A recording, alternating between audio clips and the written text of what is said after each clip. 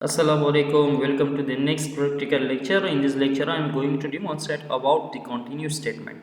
So continuous statement के बारे में हमने थ्योरी में पढ़ा था कि हमारे पास लूप जो है उसकी नेक्स्ट आइट्रेशन स्टार्ट करता है और करंट आइट्रेशन के अंदर जो बाकी स्टेटमेंट्स होते हैं उनको स्किप करता है।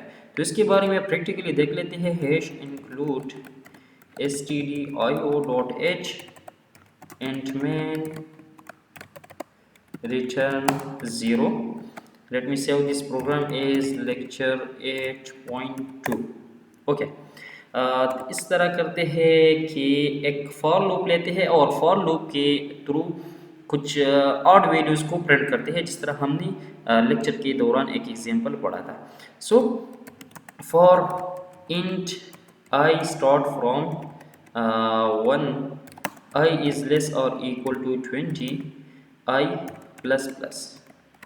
ओके, और यहाँ पर हम एक कंडीशन लगाएंगे f, for example f i remainder 2 is equal to 1 continue.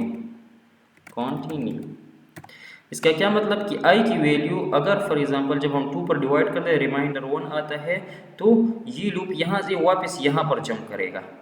ठीक, नीचे जो स्टेटमेंट्स होंगे वो सारे स्किप होंगे। नीचे क्या स्टेटमेंट्स है, फॉर एग्जांपल मैं लिखता हूँ प्रिंट f और यहाँ पर लिखता हूँ द नेक्स्ट, या फॉर एग्जांपल बस जस्ट यहाँ पर i प्रिंट करते हैं। ठीक है, सो %d और i और बैकस्लैश n इसके साथ, सॉरी बैकस्लैश n, ताकि नेक्स्ट आउटपुट नेक्स्ट लाइन में आ जाए।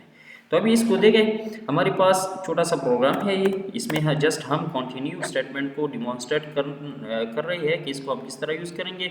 सो देखें, दिस इज़ द लूप। हम चाह रहे हैं कि हम इवन वैल्यूज़ को प्रिंट कर दें और ऑड वैल्यूज़ को स्किप कर दें।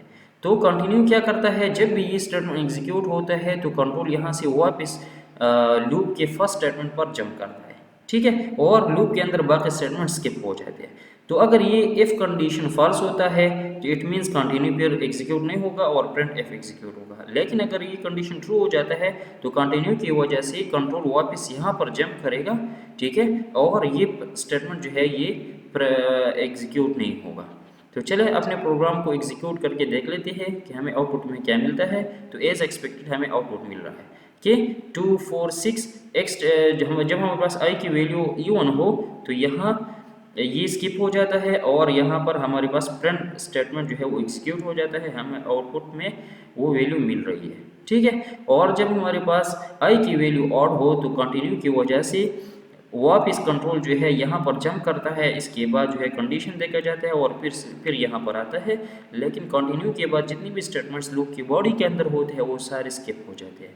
सो this is how we will use the continue statement in C और विद लूप्स।